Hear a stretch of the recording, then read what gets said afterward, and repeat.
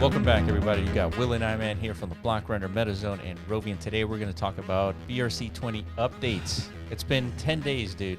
Has it really? Since what? Since our last BRC20 video. Okay, so we came across the BRC20. I wouldn't even call it a mania at that point. It was literally just like a little fart at the moment. Yeah. It was minuscule, dude. We weren't really sure what we were looking at. Oh, no. But overall, the market cap at that time for the BRC20 market was like roughly 20 to 30 million. Yes. Small fish, right? Potatoes. But so we didn't know. We didn't have the true confirmation we needed to see, like, is this 100% viable? Yeah. It was interesting right off the bat. You know, the Bitcoin community was coming together to find new use cases for Ordinals, right? Yeah. Not just, you know, inscribing images on chain. Yeah. Right? Yeah. It's like, now, what do we do if we inscribe, I guess, JSON data? Yeah, text. Yeah, this metadata that represents like some semblance of fungibility, right? Pseudo fungibility. Yeah, that's what you like to call it, right? Yeah. But all the front end interfaces that I've been interacting with, like Unisat, Ordinals wallet, they don't feel like pseudo fungible tokens. They feel like real fungible tokens. You know, they are transferable. They are, you know, individual units of spend. Yes. Like you could do a lot with this, right? So it's kind of transforming before our eyes very quickly. Yes. And exploding in appreciation. So yeah, let's do a recap. Yeah, where are we at right now? So let me look up the website for it's BRC20.io, and look at the market cap, 202 million. We just crossed basically 10x in 10 days. Yeah.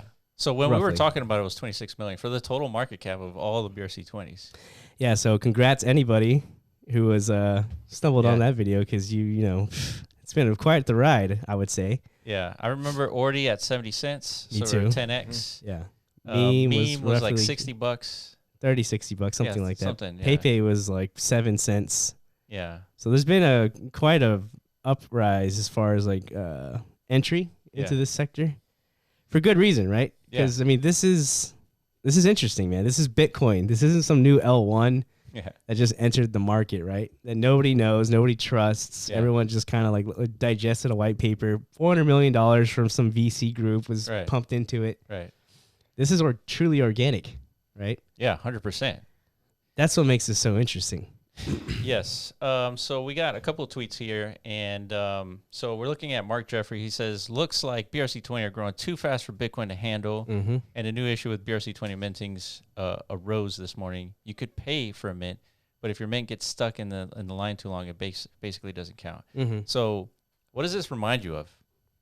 NFTs and Ethereum. The craze, like where there was gas wars all the time. Yeah. Remember, we were in NFTs way early on, like 2019, something like that. Yeah. And at a certain point in 2020, 2021, all of a sudden gas fees were like $750. It was nuts. Yeah. It was ridiculous just to mint some NFTs. Right. It just completely voided out any participation unless you were a whale. Yeah. And basically you were chasing after crypto punks or, you know, Bored Apes. That was it. That was the only viable reason to do anything. So what spawned from that? Well, L2. That's right. Because out of pure necessity, right? There's no way. Like, we found a killer use case for blockchain in the form of NFTs. Just like now with these ordinals, I think the community is finding so many different killer applications for this new layer, right, of information. But yeah, the infrastructure that exists now obviously won't support it sustainably, right? Right. Yeah. So I'm looking at another tweet here by Eric Wall. So it's definitely a must read. So all the links will be in the description, but I want to read the last part here. Is BRC20 they push us to make sure that we have L2 solutions in place and wall infrastructure that can accommodate it. It's a stress test, and it's good. It's good, and you should stop crying about it. Yeah, he's, I think, speaking directly to the maxis, right? Yeah. The OG Bitcoin, the guys who bought Bitcoin and probably at first were pushing the narrative like, dude, you know, the Satoshi vision, like this is a peer-to-peer digital cash. But once they realize how difficult, I guess, like it's going to be to make that come to fruition, let's just actually ride the narrative of this is more like digital gold. Yeah. Right. So therefore, like the infrastructure is less relevant. We don't have to innovate as much to try and like push the Satoshi vision forward anymore. And we're just going to sit on these bags and convince the world that this is, you know, digital scarcity. What's cool is that you could argue that BRC20s and in this case Zen BRC20s are responsible for making mining a little bit more profitable. I think a lot more profitable, yeah. Hash rates have increased as a result of this. Yeah, which is what? That's good More for mining. Bitcoin, right? Yeah. More mining. It means more security. Exactly. Yeah. So there's so many like benefits and perks to this. And this is what I've been saying since the beginning. That's why when Ordinals was first introduced to us, we're like, dude, this is what I've been waiting for. Yeah. For Bitcoin. Yeah, because you didn't like Bitcoin really. It was just a regular chain, and it's that was it. It doesn't do much besides you trade Bitcoin from one wallet to another, and that's about it. Yeah, and I understand like the value of what it is that the Bitcoin core community was saying. Like we don't need to do anything outside of just essentially relying on our artificial scarcity components to attract onboard new participants, new miners, new holders, whatever it is, right? I get it, but it just wasn't interesting in my eyes. Of course. Now we have a whole new realm of possibility. Yeah, it's fascinating. It is absolutely, absolutely. So now we have Huobi. Yeah. So what's attributing to this uprise in value and price? I mean, obviously speculation. Yeah. Anytime there's a token involved, it's a speculative vehicle. That's kind of like the whole purpose behind these things. And people are starting to think, okay, right now they're difficult to obtain. Yeah. You have to rely on these very brand new platforms, sometimes over the counter type processes. It's very scary. Yeah. So you've actually purchased some, right? Mm-hmm. Yeah. So what was the process like? I wouldn't say scary, but I mean, it's different. It's different. Yeah. It's not something that we're used to just because we're dealing with Bitcoin instead of ETH. It's not comfortable yet, for sure. Yeah. It's like every little transaction you make feels like one giant leap. Yeah. You know what I mean? It does. It's like, wow. Yeah. Like this is totally untested. Like we're all guineas at this point in the moment, but that's the position you want to be in. You don't want to join the crowd after the fact when everything's all matured out and you missed the boat at that point. And this really, buying these tokens is really for research, just to understand what exactly is happening. Yeah. Why did it all of a sudden 10x in 10 days, the market cap? Yeah, I basically, at this point, this 10-day period has been enough of like so much is already happening, so much is emerging during these 10 days. Yeah, a lot of confirmations have been made, right? Yeah. We have exchanges, obviously, they're lining up. They're interested. CZ said that he really likes Ordinals. Yeah, CZ, Joe Lubin. So these are some of the most influential actors in the whole Web3 industry. Yeah. And like they've gone on record to say like this is what they're most bullish about right now. It's what's happening on Ordinals. Yeah.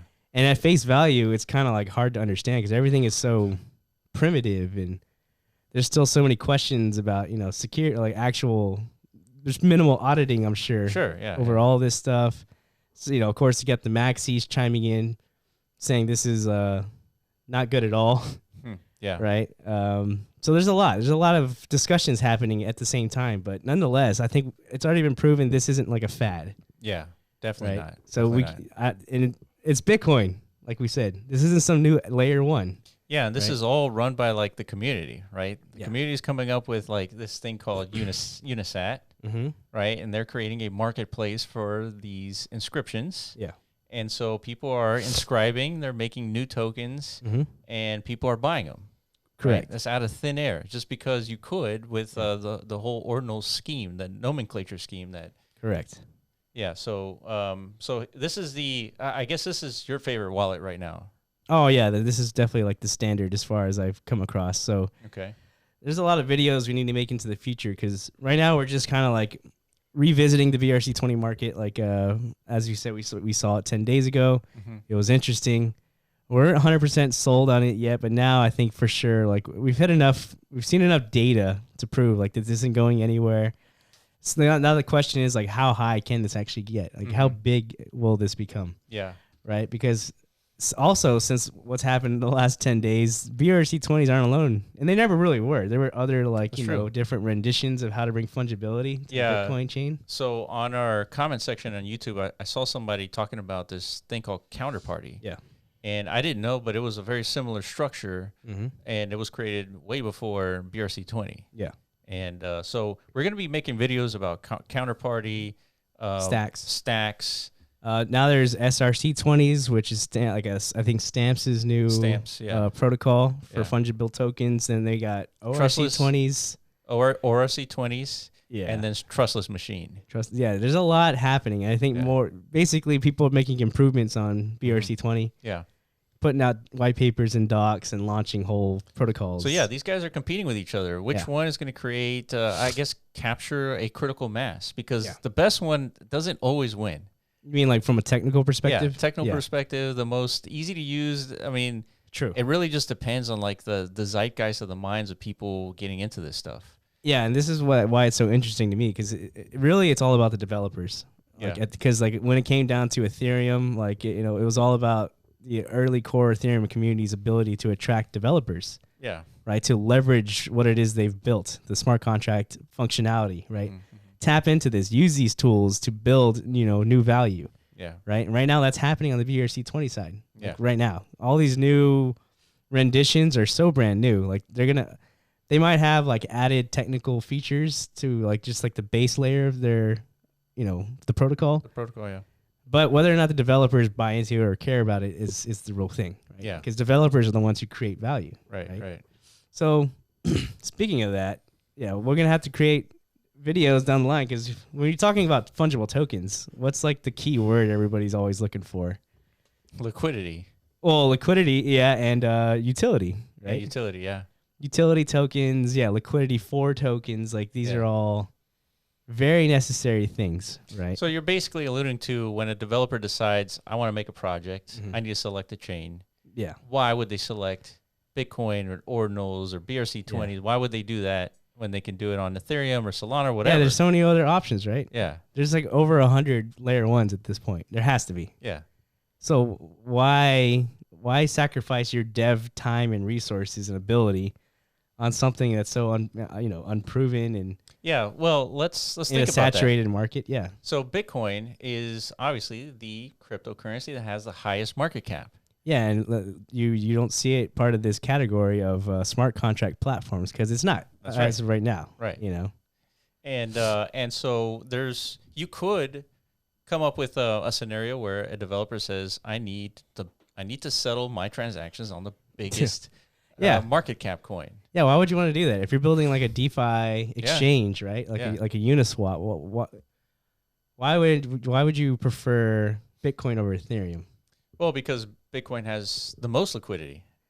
That's one. Yeah. And it's the most security, right? And the most secure. It's been around longer than Ethereum. It is the original blockchain. Like that is something no other chain can ever compete against. Yeah. Ever. No matter what. Yeah, I totally agree. Yeah. And the more people that use Bitcoin, as we've seen with BRC20, right, the fees for transacting with Bitcoin is going up. More hash values being added to the network, meaning more security, and therefore more reasons for a developer to come up with some sort of a project that leverages that settlement layer. Yeah. Yeah, it's just right now, the only big barrier is getting past, like, the whales of that community who, I don't know, for whatever reason. Well, they can't really stop anything, right? They can't. I think that's what this is proving. This is accelerating so quickly. Yeah. And it's growing. Well, I think once you get past, I think you said like $1 billion market cap for the BRC20 space, that's going to be like the big psychological barrier. Yeah. Once you get past $1 billion, all the doubts are gone, right? Like I feel like that is the legitimate. I mean, a couple of things can happen. It hits $1 billion, and then we just see like a sell-off, a retracement. Yeah, which is natural. We've seen total value lock for all these like DeFi tokens. Yeah. We saw it at like $10 million, and it went up to like $100 million. We're like, whoa, that's a psychological barrier. And it just kept going to $1 billion, and then it started crashing and all that. Yeah, we said the same thing about DeFi when we were watching it grow. It's like once it gets to $1 billion, like that's like the legitimizer. Yeah, right? yeah. But it went to $1 billion, and then 2, and then 5, and then 20. Like it just kept getting bigger and bigger and bigger, right? So imagine all that happening on Bitcoin. Right. And so we have this on CoinGecko, this category of smart contract platform coins, right, by market cap, just to kind of like visually scope out like what it is we're actually talking about. In total, all these smart contract platforms, which to me, they represent, the fungible ecosystem in Web3. I agree. Right? That's what they all enable. They enable developers to, launch fungible tokens and therefore build ecosystems on top of that, or leveraging these tools, right? So in total, the value of that is $382 billion. Yeah. right? So we can scope out what it is, everything we're talking about with Bitcoin's new version of this, right? Yeah. Whether it's going to be BRC20, whatever it ends up being, conglomerations of different protocols, all bound together by an index or network. Who knows? Yeah. Right? Yeah. Whatever it ends up being. Obviously, what we're seeing today is not that, but I think it's safe to say Bitcoin is going to like fork its way into this arena pretty significantly. Right? Yeah, and Bitcoin may not enter the smart contract arena per se, but there are going to be projects building second layers like stacks to Bitcoin, and they're going to be providing the same ecosystem of like functions that Ethereum has, but everything's going to be settled on Bitcoin. Correct. So there's value in that. Yeah. So leveraging security, leveraging the biggest computational network on the planet. Yeah. Like there's going to be a well-motivated developer crew. Yeah. Doing that on Bitcoin. I totally agree. I mean, I think it's a conservative estimate, even conservatively, like 10% of this market at some point, Bitcoin will dominate, right? Yeah. Would you agree that's a conservative projection? I think that's reasonable. So we're talking 38 billion. So if we can go back to the BRC20 market cap where it is right now, we're roughly 200 million. I mean, this is more than 100x. Yeah, where do I have it? Yeah. Yeah, it's 100x. You're right. More than 100x. For the conservative estimate, right? From where it is today to where it can be in the future. These types of opportunities don't come around too often. Yeah, they really don't. So, I mean, this is one of the reasons why, we're going to have to continually follow, just like AI. Like an AI is a type of technology that comes around once in a lifetime. Yes. Most likely. Agreed. Ethereum was once in a lifetime. Like it spawned so many things, right? I mean, I guess nowadays in the age of technology, these things are coming around more often than we think. That's true, right? The next one's going to be like bioengineering. It's like fusion, crypto. Yeah, there's actually a lot of opportunities these days, but still, nonetheless, this is big, man. This is one of the things. But you know what? We see these opportunities because we're kind of looking and we're kind of understanding like how things are developing and we're noticing where the liquidity is going. Yeah. Most people do not know this. They don't know what the hell is going on with BRC20s. Agreed. I mean, this is like a few thousand people. Right. Right. Under 10,000 people are moving $200 million. Correct. But if you have your nose to the ground like we do, like you see what the developers are talking about, you could feel the passion and the motivation to like actually create some true value out of this. Yeah. Then you can kind of like anticipate what's going to follow up. Yes. Right? Yes. But these are early days, right? So right now, most of this is just meme stuff. Most of this is just not true value has been created yet. Yeah, I mean, it's mostly speculative. This protocol is just being tested. I mean, you're not going to launch a valuable utility token on BRC20 as the first token. Yeah, but this is still it feels a lot like early DeFi. It feels a lot like early NFTs. Mm-hmm. Nobody really knew where those spaces were going to go. It was very experimental in the early phases, but still. That's where you want to be in these markets. That's always been our goal. Our objective is to find these types of like new sectors that are emerging and like just be there, be present with that. I totally agree. Yeah. Yeah. So it goes without saying that none of this is financial advice. Everything is purely speculative here. And there's a new sort of like economy forming and it's being settled on Bitcoin. I find that infinitely interesting. And it's so interesting that you're like kind of bullish on Bitcoin now. Yeah, I'm about to start wearing Bitcoin shirts like you now, dude. I got my fake Bitcoin coin in my pocket as we speak, dude. It's my new good luck charm, dude. Yeah, that's a good thing for Bitcoin. Yeah, 100%. It's not all of a sudden gonna lose its like perception of sound money because of this as a result. Yeah, agreed. It's gonna have that no matter what because of the economic parameters that Satoshi set from the get-go. It's just now we have added value. Now it is like a computational settlement layer, just like Ethereum is on top of its already sound money approach, right? Yeah, I totally agree. Yeah. All right, guys, let us know if you are into BRC20s, which ordinals have you purchased, and then if you guys know anything that we should be looking into, definitely let us know in the comment section below. Follow us on Twitter at The Block Runner, at MetaZone.io, and at Roby AI, and we will catch you in the next video. Peace.